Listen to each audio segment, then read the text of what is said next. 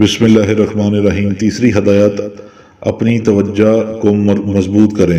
ایک بات اور عرض کر دوں، یاد رکھیے گا عملیات میں جو چیز بہت کام دیتی ہے وہ ہے کنسنٹریشن، یعنی توجہ۔ میرے شیخ و مرشد اور استاد و مربی حضرت خواجہ سید محمد عبداللہ حجویری رحمۃ اللہ علیہ نے جو چیز مجھے دی وہ یہ کہ جو چیز سب سے زیادہ نفع دیتی ہے اور جس کی بدولت بہت جلد کامیابی ملتی ہے وہ توجہ ہے، یعنی مکمل دھیان اور یکسوئی کے ساتھ ذکر کیا جائے۔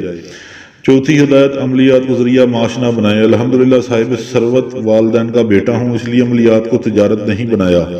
والد، دادا، پردادا کے باغات اور جائیداد اور کاروبار اللہ کا دیا ہوا ہے، یہ تمام اللہ ہی کا فضل ہے۔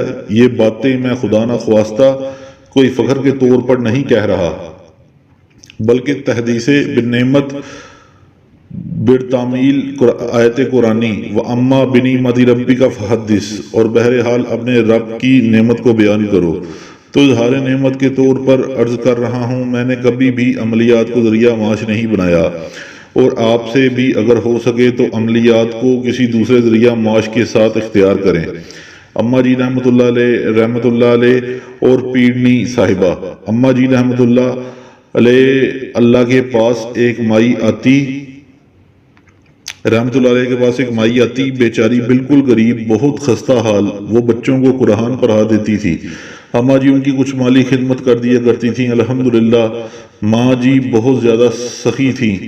آخری عمر میں فرمانے لگی، طارق میرے پاس چوڑیاں پڑی ہیں، ان کی زکوٰۃ پابندی سے دیتی ہوں، ان کو اٹھا کر کوئی ایسی جگہ دے آ جہاں مسجد کی زمین میں ہو جائے، کیونکہ اینٹیں تو پھر بھی ختم ہو جاتی ہیں، زمین ختم نہیں ہوتی۔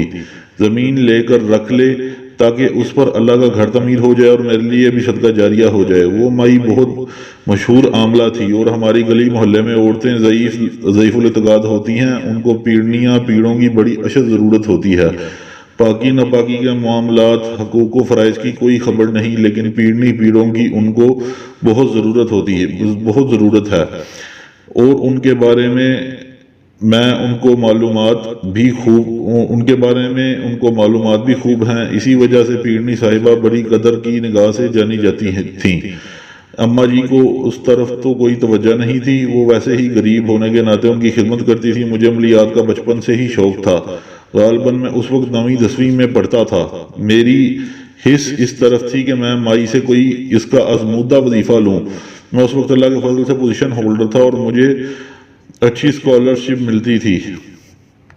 اس کے علاوہ گھر سے جو مجھے خرچہ ملتا تھا، ان تمام پیسوں کو بھلا میں کیا کرتا؟ پیسے تو بہت ملتے تھے، میں اس غریب مائی کی پیسے کے ذریعے مدد کرتا، کبھی کوئی چیز دیتا، کبھی کوئی ہدیہ دیتا، وہ لیتی رہی۔ وہ بوڑھی مائی بڑی گاگ تھی، ایک دفعہ کہنے لگی، مجھے پتا ہے تو مجھے پیسے کیوں دیتا ہے پتر، تو پڑیا ہویا میں کڑی ہوئی ہاں، یعنی تو پڑا ہوا ہے اور میں تجربہ کار ہوں۔